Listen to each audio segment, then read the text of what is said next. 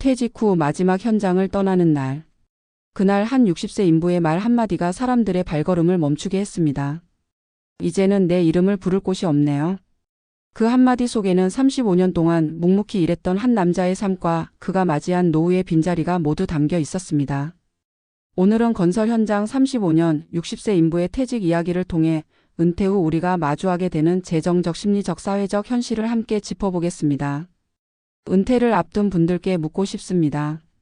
퇴직 후 가장 두려운 게 무엇인가요? 돈이 없을까 봐서일까요? 아니면 누군가 불러주는 이름이 사라질까 봐서일까요? 이 두 가지는 사실 한 몸처럼 엮여 있습니다. 돈이 줄면 사회적 관계가 줄고 관계가 줄면 마음이 다치고 마음이 다치면 세상과의 연결이 끊기죠. 그리고 그 시작은 대부분 퇴직 통보서 한 장에서 비롯됩니다. 이야기의 주인공은 35년간 전국의 건설 현장을 전전하던 60세 김진수 씨입니다. 20살부터 일을 시작해 비가 오나 눈이 오나 새벽 5시 반이면 출근했습니다. 큰 돈을 번 적은 없지만 손에 굳은 살이 박힌 만큼은 성실하게 살아왔다는 자부심이 있었죠. 그러나 나이가 들면서 일은 줄고 몸은 상했습니다. 허리 디스크에 무릎 연골이 닳아 하루에 서너 시간밖에 서 있지 못했습니다. 그래도 이번 현장만 끝내자는 마음으로 버텼습니다. 그렇게 2025년 봄 마지막 현장을 마치고 퇴직금이 아닌 일당 몇만 원을 정산받은 뒤 현장 소장에게 인사를 건넸습니다. 이제 나도 그만하겠습니다. 그동안 고마웠습니다. 그가 마지막으로 던진 말은 이거였습니다. 이제는 내 이름을 부를 곳이 없네요. 그 순간 옆에 있던 젊은 일용직들과 소장, 심지어 경비 아저씨까지 고개를 숙였습니다. 평생 현장에서는 아저씨, 형님, 그분이라 불렸지만 진짜 이름으로 불려본 기억은 드물었습니다. 이제 그마저도 사라진다는 생각에 그는 잠시 말을 잇지 못했습니다. 퇴직 후 김 씨의 생활은 조용했습니다. 새벽에 일어나도 출근할 곳이 없고 휴대전화는 하루 종일 울리지 않았습니다. 아내는 마트 아르바이트로 바빴고 성인이 된 아이들은 타지에서 각자 삶을 꾸리느라 바빴습니다. 김 씨는 처음엔 이제 좀 쉬자고 생각했지만 시간이 지날수록 그 쉼이 공허함으로 바뀌었습니다. 하루 종일 TV를 보다가 어느 날은 자신이 TV 속 노인들과 다르지 않다는 걸 깨달았습니다. 나도 저렇게 늙어가겠구나. 경제적으로도 여유가 없었습니다.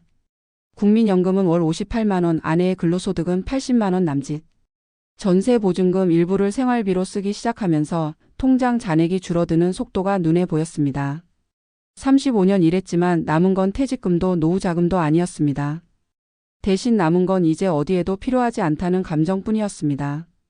사실 이런 이야기는 김 씨 한 사람의 이야기가 아닙니다. 한국의 은퇴자 중 60대 남성 절반 이상이 일을 원하지만 일자리가 없다고 답했습니다. 통계청 조사에 따르면 6,064세의 경제활동 참가율은 69%지만 실제 취업 유지율은 45%에 불과합니다. 몸이 아프거나 단기 일자리를 구하지 못하기 때문입니다. 그만큼 은퇴 이후의 일자리는 단순한 돈벌이 이상의 의미를 가집니다. 그것은 존재의 이유를 확인하는 마지막 무대이기 때문입니다.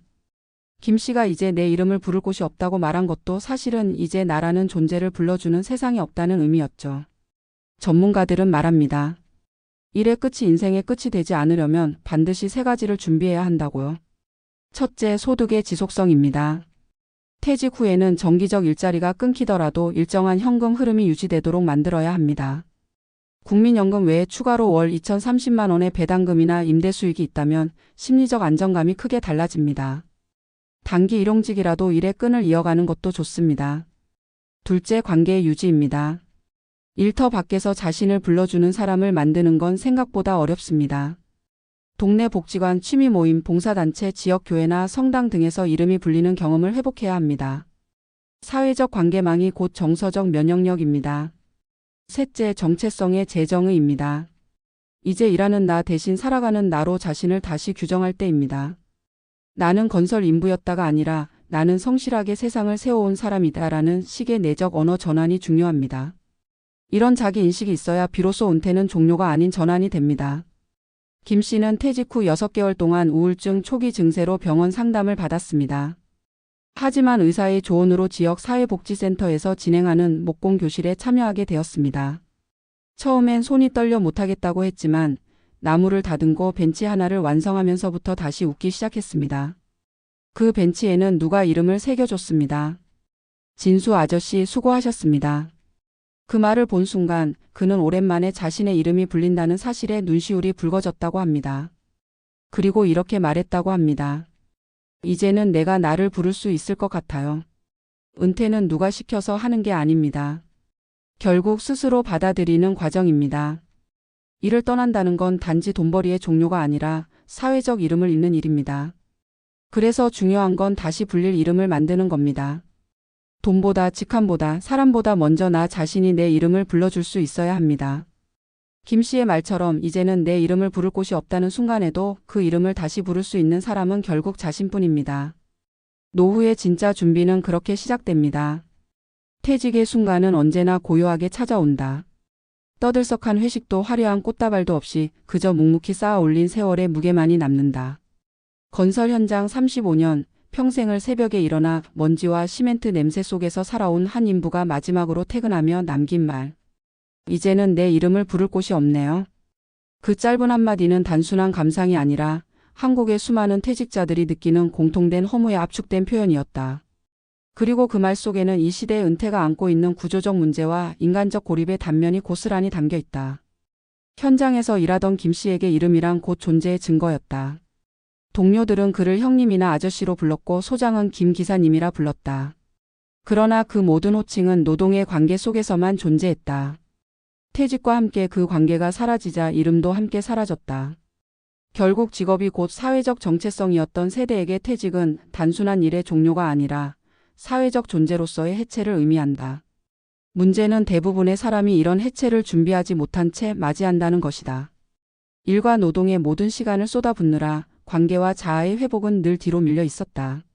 그러다 어느 날 갑자기 퇴직자라는 이름표가 붙으면 사람들은 당황한다.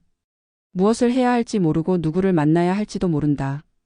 그저 세상이 조용히 자신을 지워나가는 것을 느낄 뿐이다.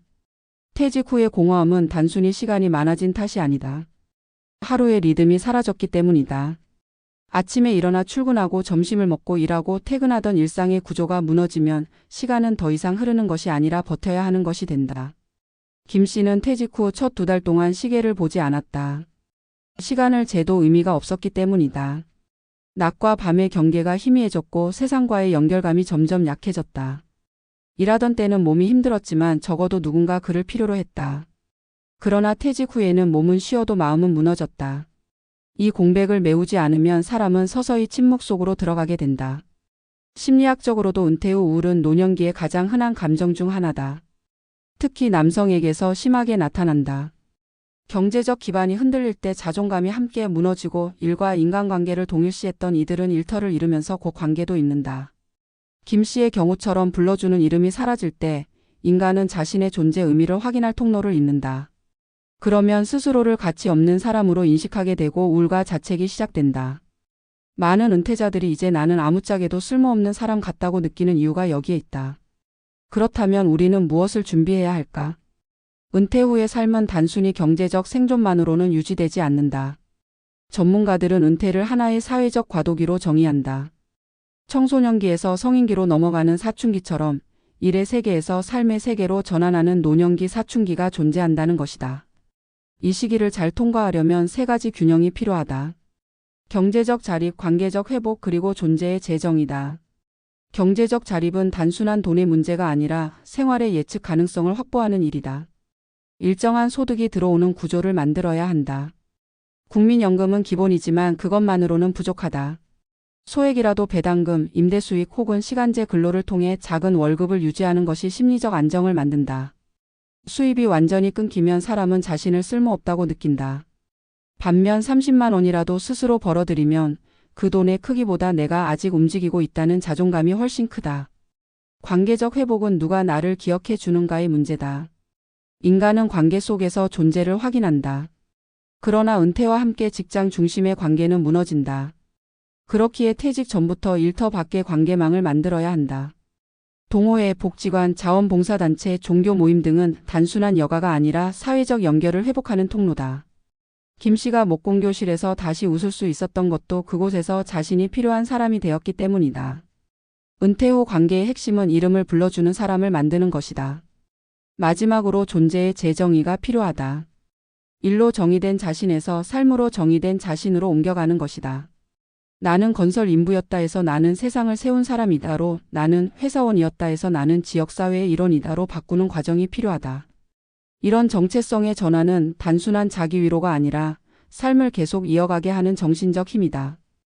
은퇴 이후 자신을 어떻게 정의하느냐에 따라 삶의 방향이 완전히 달라진다. 김 씨는 퇴직 1년 후 자신만의 일과를 다시 만들었다. 오전에는 동네 공원 벤치를 닦고 오후에는 목공방에서 아이들 책상을 만들었다. 수입은 크지 않지만 그는 이렇게 말했다. 이젠 출근길 대신 나무 냄새가 나요. 누가 부르지 않아도 내가 나를 부릅니다. 그 말은 한 세대가 배운 가장 고요한 지혜였다. 누군가의 부름을 기다리는 대신 스스로 자신의 이름을 불러주는 삶. 그것이 진짜 은퇴 이후의 시작이다. 은퇴를 준비한다는 건 결국 자신과의 관계를 다시 쓰는 일이다.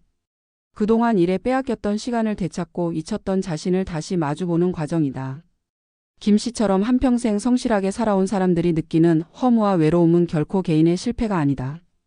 그것은 이 사회가 오랫동안 일하는 인간만을 가치 있다고 여긴 결과다. 그러나 이제 시대가 바뀌고 있다. 일하지 않아도 돈이 많지 않아도 누군가를 돕고 무언가를 배우고 스스로의 삶을 설계할 수 있는 시대다. 퇴직 후에도 이름이 남는 사람은 결국 누군가의 기억 속이 아니라 자신의 삶 속에 이름을 새긴 사람이다. 하루에 한 번이라도 스스로의 이름을 불러보자. 오늘도 잘했다, 김진수. 그렇게 자신을 부르는 순간 그 이름은 다시 살아난다. 은퇴 후의 진짜 삶은 누가 나를 불러주는가가 아니라 내가 나를 어떻게 부르느냐에서 시작된다. 이것이 건설 현장 35년을 버틴 한 인부가 마지막으로 우리에게 남긴 조용한 교훈이다. 삶의 무게가 아무리 무겁더라도 우리는 여전히 스스로를 부를 수 있다. 그리고 그 한마디가 또 한 번의 삶을 일으킨다.